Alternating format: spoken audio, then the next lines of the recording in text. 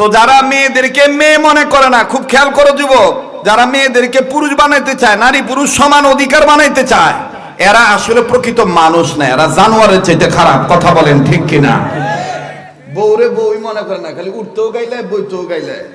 একদিন ডাক দিয়ে কয়, মেয়ে হয়েছে তো কি হয়েছে, মহিলা হয়েছে তো কি হয়েছে, আমি কত কষ্ট করি। তো মহিলা আল্লাহর কাছে কাঁদতেছে, ডাক দিয়ে কয়, আল্লাহ যদি তারে একটু তুমি একটা শিক্ষা দিতা যে মহিলাদের কি দাম আর মহিলা হইলে যে কি যন্ত্রণা, এটা যদি ওরে তুমি একটু শিক্ষা দিতা তাহলে শিক্ষা হইতো।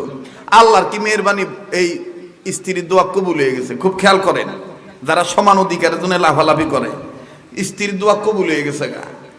হঠাৎ করে বেচারার পেশার জানি কি হয়েছে, মাথা গাও ঘুরে পড়ে গেছে গা। ডাক্তারের কাছে গেছে, ডাক্তার ওই যে এই আপনার হাতের এই রগ এরকম পরীক্ষা করে ডাক দিয়ে কয়, আজকে আর আমি আপনাকে বেশি কিছু বলতে পারবো না, আপাতত সাময়িক ওষুধ দিলাম, কালকে আসার সময় আপনি কাজ করেন, আপনার কফ পরীক্ষা করা লাগবো, রক্ত পরীক্ষা করা লাগবো, পেশাব পরীক্ষা করা লাগবো, আপনার বড় ধরনের কোনো সমস্যা হয়েছে কিনা। বেটা বাইর যাইয়া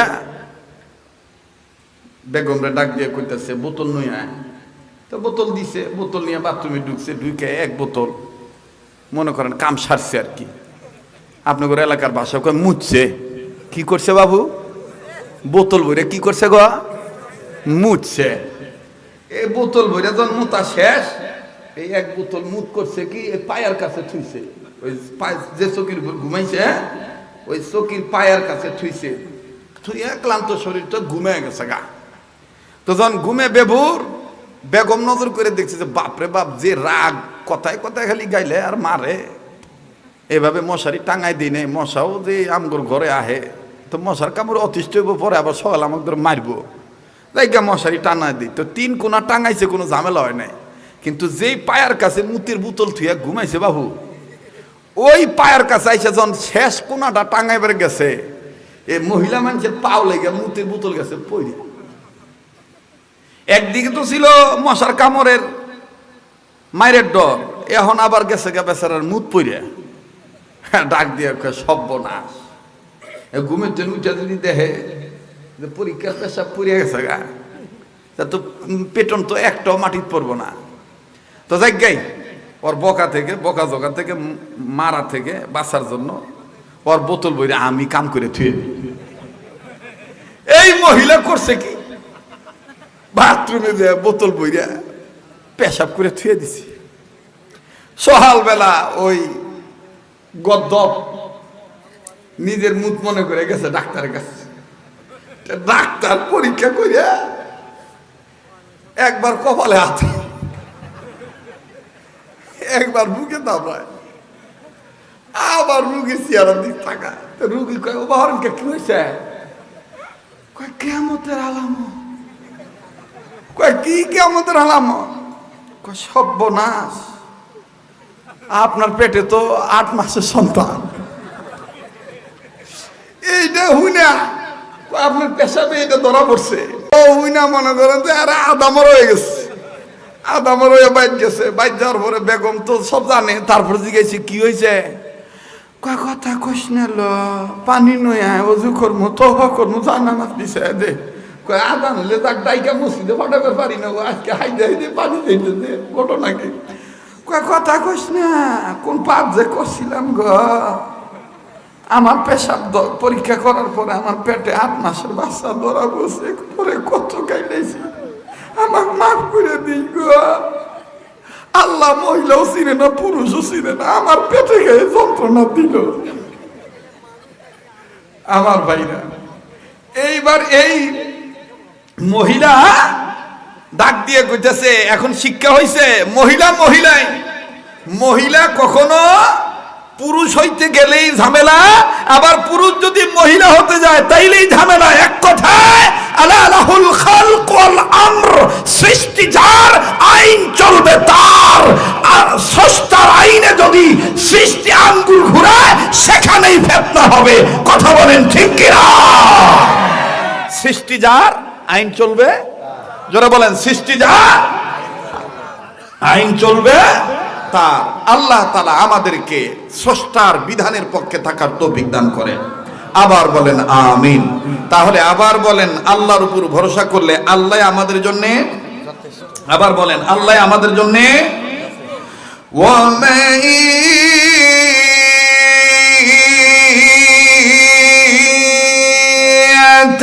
يتوكل على الله فهو حسبه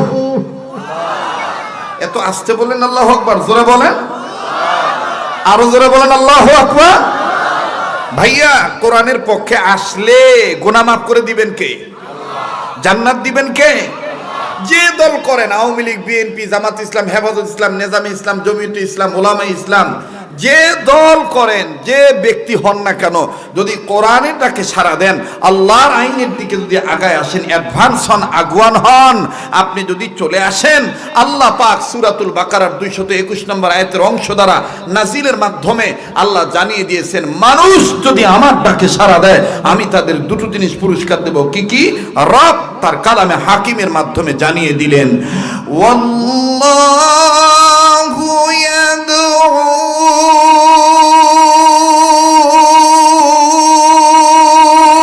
ইলাল জান্নাতি ওয়াল মাগফিরাতি বিইذনিহি ওয়া ইউবাইনু আয়াতিহি লিন্নাস।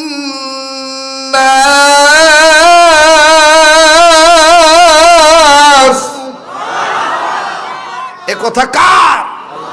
আল্লাহ বলেন নাম্বার 1, যে মানুষ আমার আইনের দিকে আগায় আসবে, আমি আল্লাহ তাদের জীবনের গুনাহ মাফ করে দেব, আমলনামায় তাদেরকে জান্নাত লিখে ধন্য করে দেব। জোরে কোন সুবহানাল্লাহ, আরো জোরে বলেন সুবহানাল্লাহ। আমরা এই দুটি সম্পদ চাই কি চাই না? গুনাহ মাফ হোক, এটা আমরা চাই কি চাই না? বলেন চাই কি চাই না? আমি গুনাহগার এ কথা স্বীকার করলে সবচেয়ে খুশি কে হয় জানেন? কে খুশি হয় জানেন? আপনি দেখবেন সমাজেও যদি সামাজিক অবস্থায় আপনি কোনো অপরাধ করে যদি বলেন ভাই আমার ভুল হয়ে গেছে, আমার মাফ করে দেন, দেখবেন মানুষের বাচ্চা যদি হয়ে থাকে তাহলে কেউ যা মাফ চাচ্ছি, জন মাফ করে দিলাম। মানুষের যদি এই অবস্থা হয়ে থাকে, তা মানুষকে যে আল্লাহ বানাইছে সেই আল্লাহর কাছে যদি আমি অপরাধ স্বীকার করি, ওই আল্লাহর দয়া তো কোটি গুণে বেশি। বলেন তাহলে আমি গুনাহগার এই কথাটা স্বীকার করতে সমস্যা আছে? আমরা গুনাহগার গো আল্লাহ, আমরা গুনাহগার, আমরা গুনাহগার গো আল্লাহ, আমরা গুনাহগার। বলেন আমরা গুনাহগার গো আল্লাহ, আমরা গুনাহগার, আমরা গুনাহগার গো আল্লাহ, আমরা গুনাহগার। দয়া করে গুনাহগুলি মাফ করে দাও, তোমার নাম যে গফুর ও গাফফার। আমরা গুনাহগার গো আল্লাহ, আমরা গুনাহগার। যার বলতে ভাল লাগবে বুঝে নিবেন যে আপনি আল্লাহ ওয়ালাদের লাইনে আছেন। বলেন আমরা গুনাহগার গো আল্লাহ, সবাই আমরা গুনাহগার গো আল্লাহ, আমরা গুনাহগার। সবাই বলেন না আমরা গুনাহগার গো আল্লাহ, আমরা গুনাহগার, আমরা গুনাহগার গো আল্লাহ।